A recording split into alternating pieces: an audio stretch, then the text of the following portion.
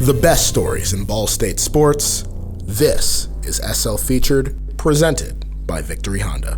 Welcome into Studio C in Muncie, Indiana for another episode of SL Featured. It's our last one of 2025, and the Storytellers of SportsLink have new pieces to end the year with a bang.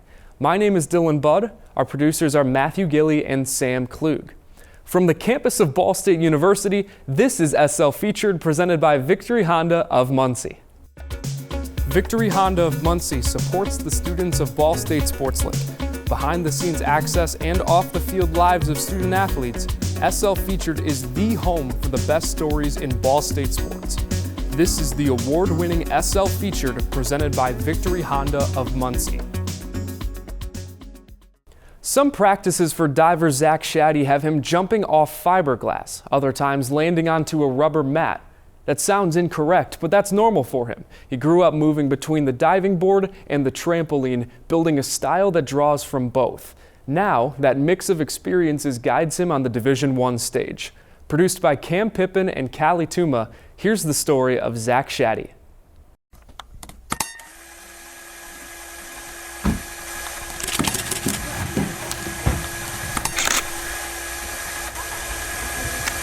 I was 12 years old when I started trampolining, and I was 14 when I started diving.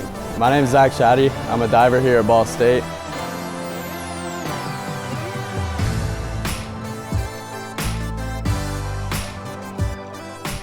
I saw a video on social media, thought it was very cool, wanted to learn a backflip, so I went to my mom, asked her to teach me because she used to be a gymnastics coach. It took about a couple weeks to learn. And then from there, got my own trampoline, got really into it. Some of the biggest accomplishments, I've been able to work up to 5 flips on a trampoline. Yes! Yes! Yes! Yes! Yes! Yes! Yeah, that was a big deal for me, a very scary one. But so G-Tramp stands for garden trampolining. It's essentially trampoline flips, but in a more freestyle sense rather than traditional. There's no coaches, you kind of just do whatever you want to do.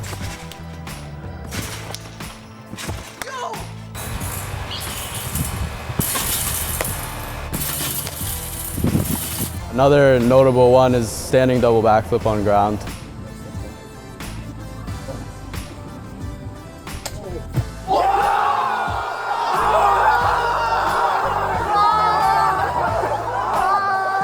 I was the 3rd person in the world to do that on grass.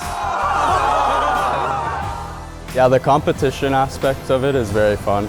There's competitions all around the world. I've been to a few in America, and I've been to one in Europe this past summer. Going there and meeting all your friends from Instagram, like it's a very cool experience. There's a very big community on Instagram. I mean, many different people post their flips and their accomplishments in it, and we all support each other through it. Met a lot of people all around the world. Everywhere I go, I can find someone there that I could stay with. My friend's dad actually knew a dive coach in the area, my coach Peter Charles, and kind of put me on to him. Started working with him. There were also a lot of hardships though. I mean, just the bad habits, bad form, and also learning how to land on my head was a very tough process. Ball State, the culture here and the teammates here that I have, it's unlike any other program that I've seen. It's a very tight-knit, close community. Everyone's super supportive. Brendan was pretty much 100% why I came here initially. My name's Brendan Stevens. I coach at Ball State. Before meeting Brendan, I had never met a coach with that high of knowledge and wisdom within the sport and understanding. I mean, he just made it a very easy decision to come here. Adding Zach to the team has been really beneficial. I think it's made everyone else work a little bit harder. Zach's very humble. At Ball State, a conference title would be very nice. I think Zach has a lot of potential that we haven't necessarily tapped into yet. I believe that he can be an NCAA All-American. Don't know where his ceiling is yet.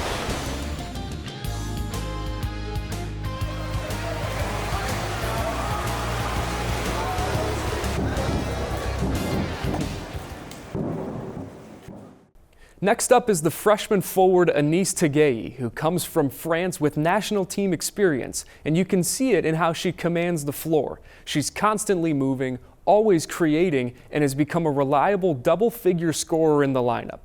Here's Aniss in her 13-13 pack.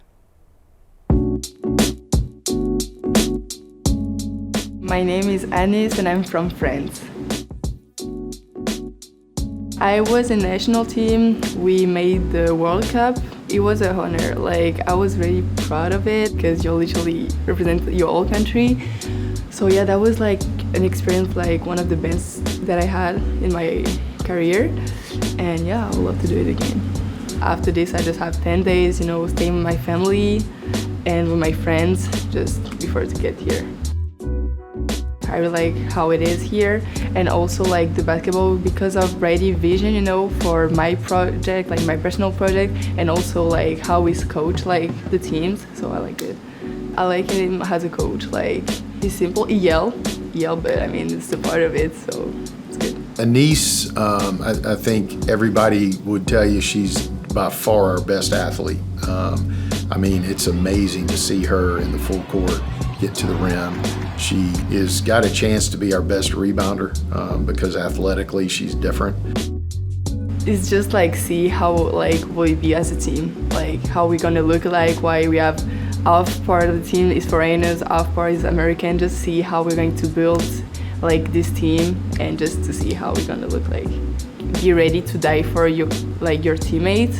If we're a real block together, we can go everywhere we want. Just like us, every athlete has their go-to comfort food. For me, it's cinnamon rolls, but for Jai Anthoni Bearden, it's pizza. Every single time, not even a question. In this next feature, we step off the court and into a simple piece that has shaped his identity. Produced by AJ Switek and Ryan Stojitz, this is Slice of a Game.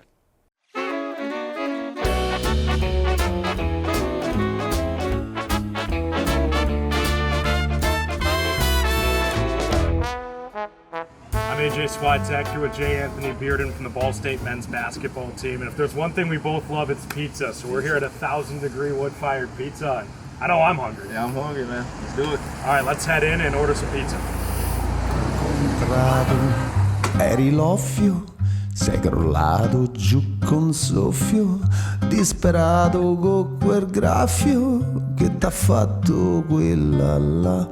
C'hai il cuore frantumato, pari in mezzo disgraziato, dormi in deno scantinato, non c'è più da lavorare. Siamo nati della strada, per le vie di sta borgata, camminiamo a testa alta, infatti stiamo ancora qua. We both share a love for pizza, and I know you're from Phoenix, so what have you noticed is maybe a little different about pizza here than down west? That's a little bit, I'll say there's more spots out here. Down out west, I'm more of a Papa John's or something. You gotta stick to the basics, but I'll say out here it's more different places I never heard of, so. What brought you to Ball State? I'll say coaching staff, it was the best fit for me. I'll say Michael Lewis brought me here, and it was just the best fit for me. What do you look for in a good pizza? Look for in a good pizza? I'll say good crust, It got to be cooked right. It can't be coming out cold or anything, But yeah, I'll say main 2 big points. You gotta have good crust and good tomato sauce. You gotta have some good sauce, but yeah, that's it. I'll say crust and sauce. I know you're a pepperoni and sausage guy, so am I, but 5-meat pizza, what they're known for here. Have you ever had a pizza with 5 meats on it? Nah, not yet, but I can't wait to try it. I mean, you see what it's talking about. First bite of 1,000-degree pizza, let's give it a rip. Breadsticks fire. Pretty good. Yeah. That was a good bite to it. Crisp. I'll give it a 10 out of 10. All right.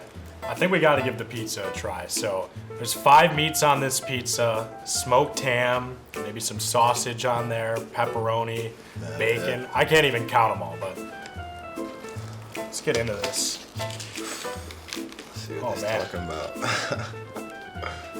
A lot of meat on this pizza. Oh, So just to reiterate, in a good pizza, you're looking for good crust, good crust. good sauce, Good sauce. good temperature. Yeah, it came out good already. Temperature already passed that. All right, that's already a good start. Let's see.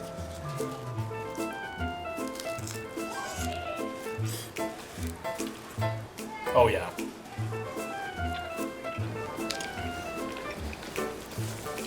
That's good. Some good stuff.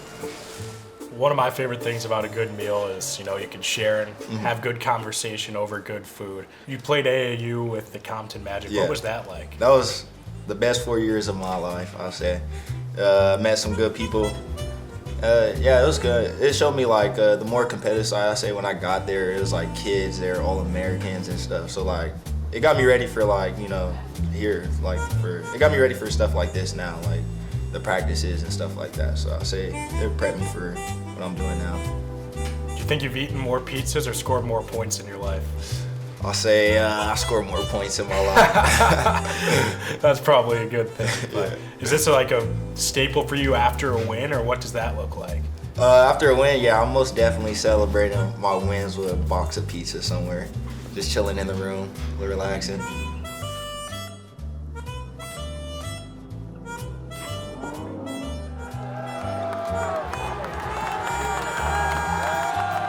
So you said your mom would work late nights, come home with a box of pizza.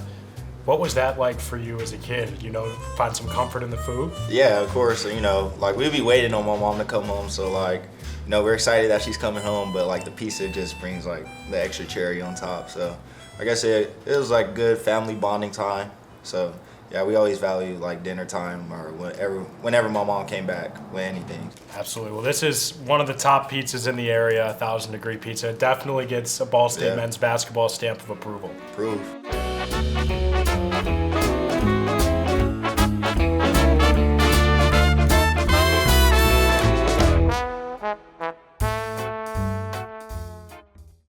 Malcolm Slater's Ball State journey started across the Pacific Ocean. He spent his early years in Japan, soaking up the rich culture of the nation before eventually moving to the States.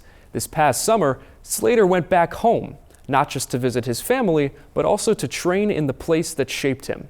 Produced by Will Chiratini and Keegan McClure, here's his story.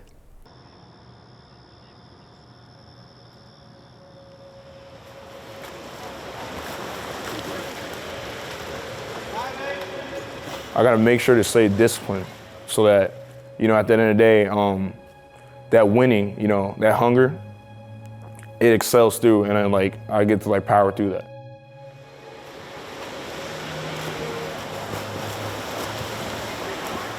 I want to win at that highest level, you know what I mean?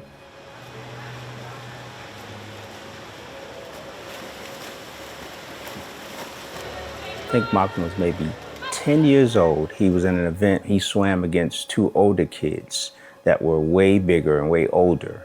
He came in last place, but I thought that he put forth a really good effort despite the fact that they were much bigger and much older. And then when he cried because he lost, I realized that he was really serious about it. So I felt like it all kind of came together there. So I like to try to give him a chance to find his own path, but Mom had already determined that she wanted him to be a swimmer, so he kind of took to that.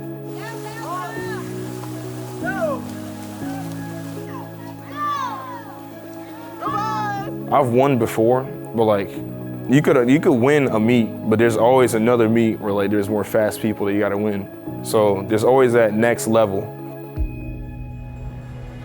Yeah, welcome to Zionsville High School. Not gonna lie, this is a lot bigger than I remember. Definitely one of the bigger high schools in Indiana. Kind of weird being back, not gonna lie. Sectionals, we have my senior year sectionals here.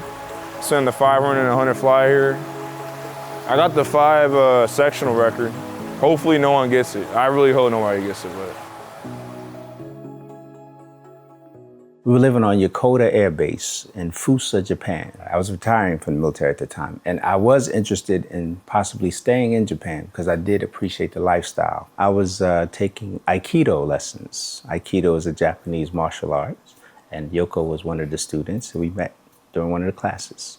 Learning martial arts in Japan, and I met my husband. And then after my tour was done, I was returned back to the United States. And then after I came back, Yoko and I got married, and then I went back to Japan.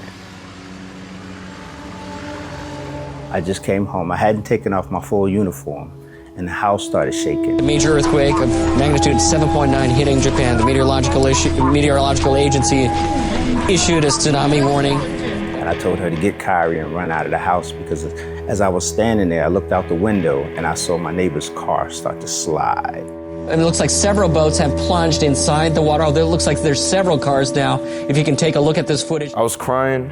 I saw like the swings, like they were going crazy. And like I looked at my teacher, like bawling my eyes out. I think my little mind didn't comprehend like how serious it was. The meteorological agency issued a tsunami warning that could be as high as 6 meters along Japan's Pacific coast.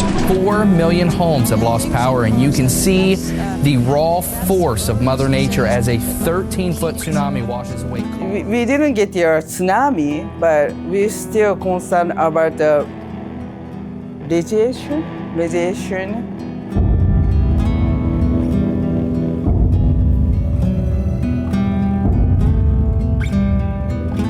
Fire was also reported in the turbine building of a nuclear power plant near where the quake was centered. 32 people have been killed, many more. The way that the military addressed the radiation for the non-active duty people made me concerned, because they took more effort at ensuring that the active duty people had medicine and precautions and things of that nature. Whereas if you were a civilian, you were pretty much on your own. I made the decision that it would be better to come back to the States. This is Dinosaur here, you know. I love this little area. A lot of greenery around here, little small shops, you know. We got amazing food, amazing people. This is where I lived for the last like 5 years. It wasn't easy at all. I feel like I wasn't getting like the recognition that like I wanted. Jay reached out. Malcolm was a guy that I was fortunate to be able to watch for a couple seasons. Being a Zionsville kid, not too far from here, I was just always impressed with how much water he held, how much he enjoyed racing. So he always did well at swimming, so that became his path, and that's what led him to where he is today.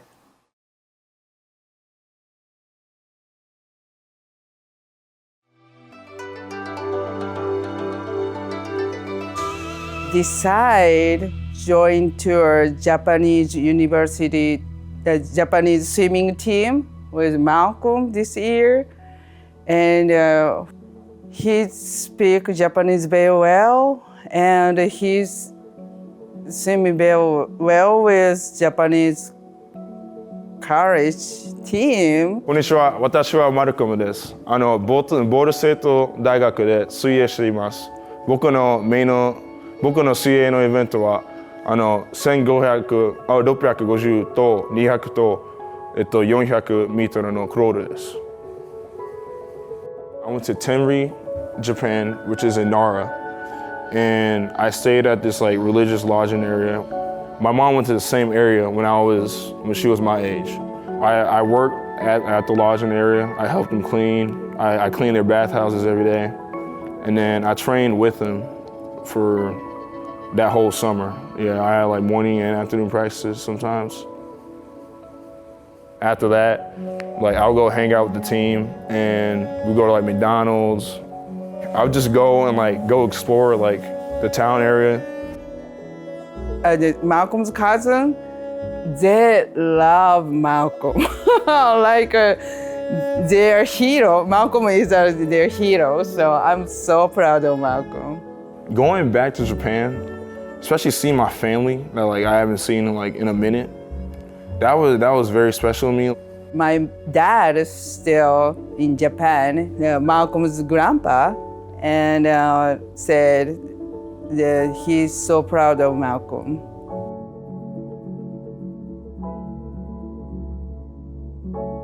Anytime you have an opportunity to go to Japan, I would encourage anyone to take it. And for him, it's like going home, you know, so That's where his family is from, so it's always a good experience. I'm sure he enjoyed it, and I encouraged him, and I'm glad he had a good time.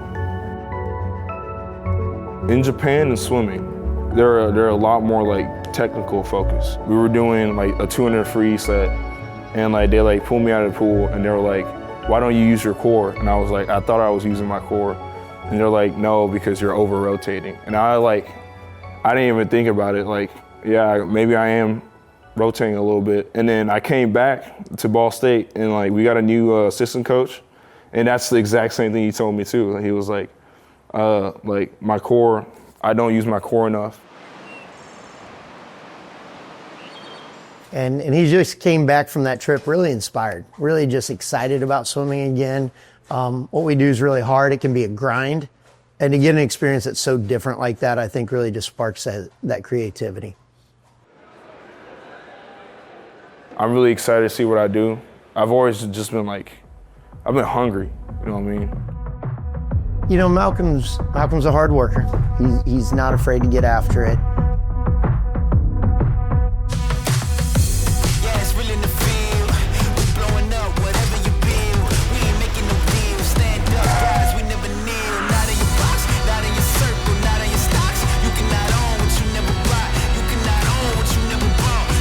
If you're not hungry for your win, you low-key don't even deserve it. At the end of the day, it's just hungriness. I am very, very hungry to win. Before Patrick Rogers could suit up in the Cardinal and white this year, he used his summer months in the same way most of us would. You know, winning a gold medal, playing with the U.S. national team, being Don tournament MVP, little things like that. His game went to another level on the international stage, and now he brings that firepower back to Muncie. Produced by Josh Coulon and Nathaniel Fryman, here's a look at how the outside hitter earned his hardware.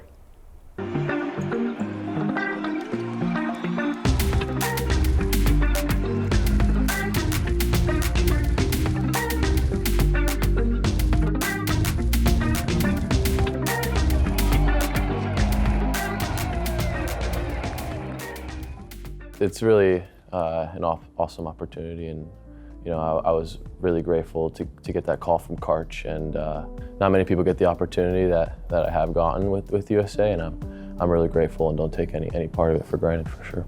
I told my mom about it, and she kind of flipped out because, you know, it's Karch, but he's the GOAT of volleyball. It's like being coached by LeBron James for basketball and playing in front of him, and he was the best to ever do it in volleyball, and he kind of changed the trajectory of volleyball in the US and in the world.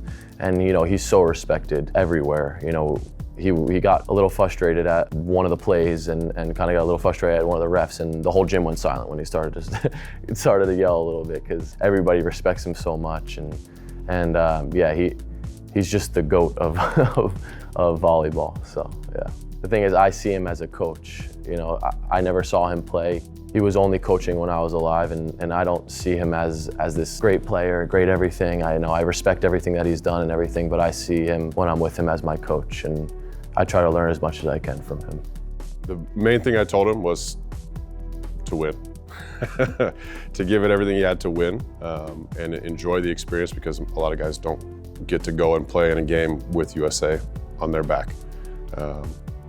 And it's a special experience, so the main part of it was just to enjoy, was to win, and then when he was there to be all USA, when he came back to be all Ball State. Kind of proved to myself that I am good enough to do that stuff. You know, I have a lot of imposter syndrome.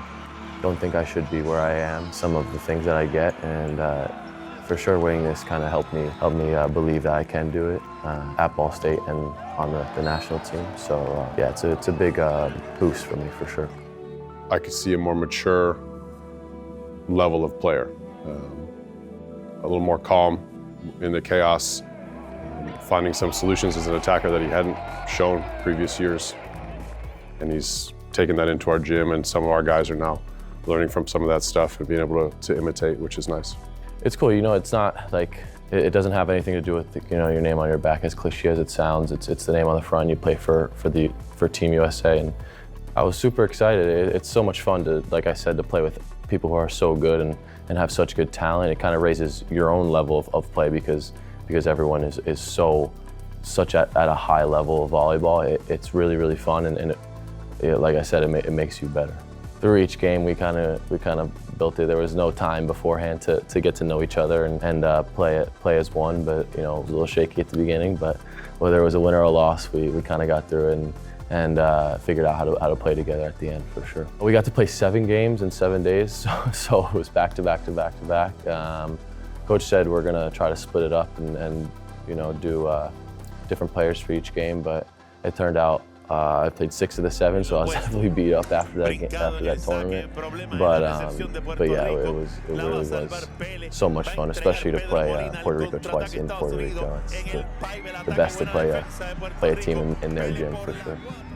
Once we accepted our award and they called out team like USA, nobody cheered in the gym. There was literally not one person that cheered. There was a couple boos, and it's really funny because that's what we want. You know, we don't want people to like us and to love us on the court. It's fun to play in the gym where you're playing against everybody else and gets to prove to everybody how good we are. And it's really fun almost to play with the crowd too, and when you're going against it, and they all have air horns when you're about to serve and trying to get in your head, but you can't let that affect you at all. And yeah, especially the championship game that we played, we beat them in 3, which was really fun because we almost embarrassed them in their gym, which is the best because the first game went to 5. Each point, you play each point how you play, and you don't really worry about the gold until that last point. And it was just fun that I got that last set and was able to put it away and cheer with the team, and everybody came together really well on that team, so it was a lot of fun again. I was really, really excited for the final there. I got a little nervous at the end, but I could tell from watching the match